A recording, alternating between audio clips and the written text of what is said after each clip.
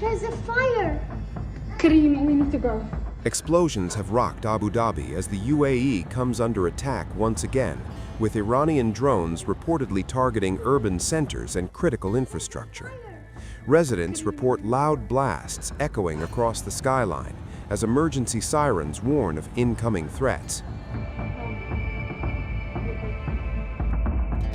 Authorities confirmed that air defense systems are actively intercepting multiple drones and missiles, working to neutralize them before they can strike populated areas. In Dubai, panic ensued when a drone crashed and exploded near a hotel, sending debris onto nearby streets. Emergency responders quickly secured the area, and officials confirmed minor injuries from falling shrapnel. Skyscrapers trembled from the explosions, and flights in and out of Dubai International Airport were temporarily diverted as aviation authorities prioritized civilian safety.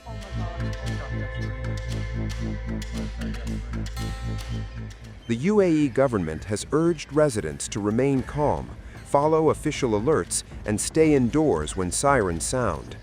Hospitals are on high alert, and emergency teams are coordinating responses across Abu Dhabi, Dubai, and other major cities.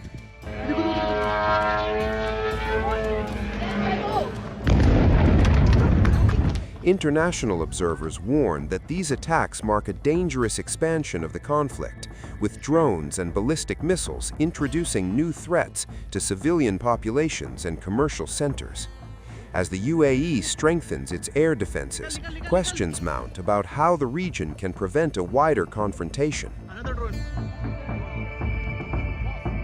Oh, leave from there, leave from there!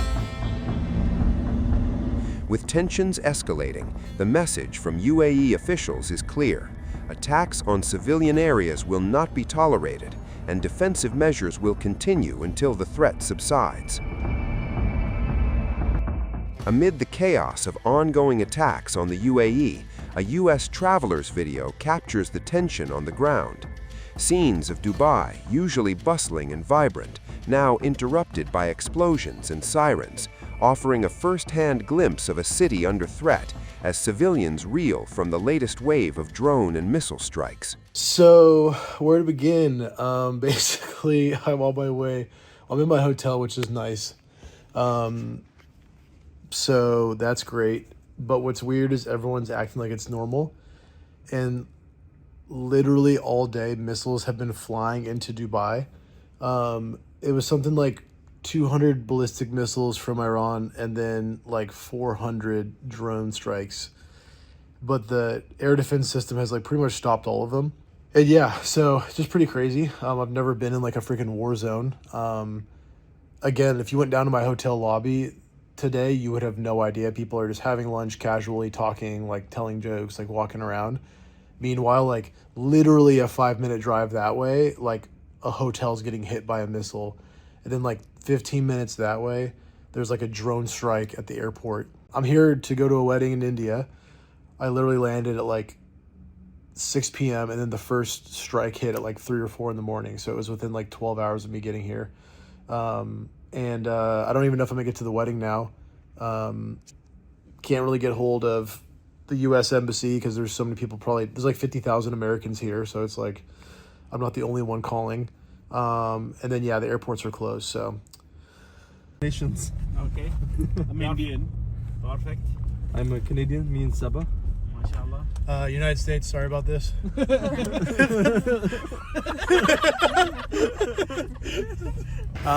So we are probably an hour and a half from Muscat, the capital of Oman.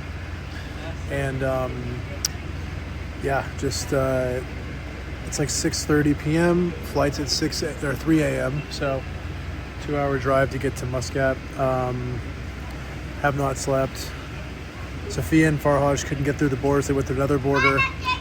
I'm with their 2 friends right now.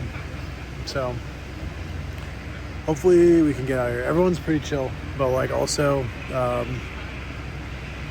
yeah, just need to get out of this area of the world. hundreds of thousands of travelers found themselves similarly stranded in the Middle East after Israel and the United States attacked Iran on Saturday, and Iran struck back on Gulf states and Israel. That was not as bad as I think as you have heard in the media, because well, there were definitely some explosions and people were scared, right? So several drones arrived, but in fact the government of United Arab Emirates really took care of people. They, for example, for the tourists, they paid they extended the stay in the hotels, and they pay for all the tourists the accommodation, but also the food. And so basically my flight was delayed, I think 2 days, so not a lot, right? So I'm thankful for that. I saw the bomb and I saw the drones and everything. I saw it was closed from my window. It's horrible. Right as we got there, we were one of the last planes to land.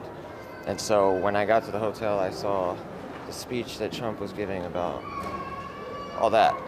And so when I got there, that was the first thing I saw. And then that night we got the alert, the missile alert, and the Palm was hit, the Fairmont was hit. Came to trust the defense systems a little bit, but the longer I was there, the more uneasy I kind of felt. And then when the consulate was hit, then I said I have to buy whatever ticket I can. The first night I was afraid of the missiles, right?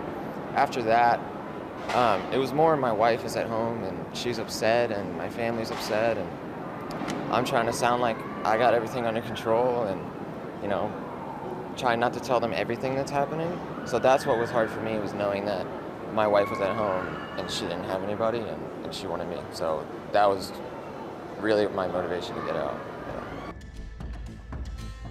With vast swaths of the region's airspace closed and airstrikes escalating, governments from North America to Europe, Africa, and Southeast Asia are racing to evacuate their citizens. Officials are chartering commercial flights and deploying military aircraft, rerouting stranded travelers through Oman, Egypt, and Saudi Arabia, critical corridors where planes can safely land and take off.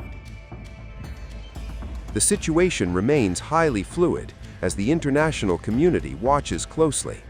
The Gulf faces yet another surge of instability, and every move reflects the delicate balance between civilian safety and the growing threat of regional conflict.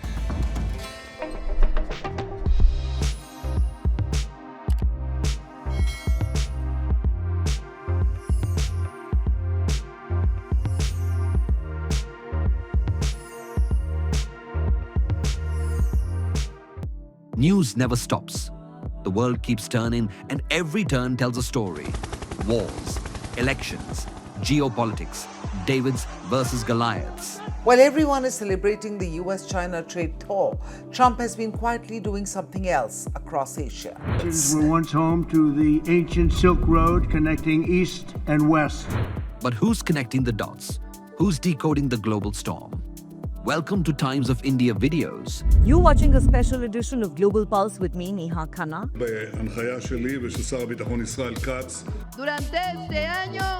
We decode the shifting grains of geopolitics to you. From Washington to Wuhan. Everything, everywhere, all at once. Just 2 years ago, Canada was one of the most popular countries for Indian students. From Davos to Delhi, we track the decisions that move markets, shift policies, and shape the future. No jargon, no bias, just clear, credible, global journalism. Because understanding the world doesn't have to be complicated, it just has to be smart. And that's what we do best. At Times of India videos, we don't just tell stories, we build perspective. We connect the dots between what's global and what's personal, what's happening out there, and what it means for you. It's fast. It's fearless. It's making sense of the changing world order. Times of India videos. Because your worldview is just a tap away.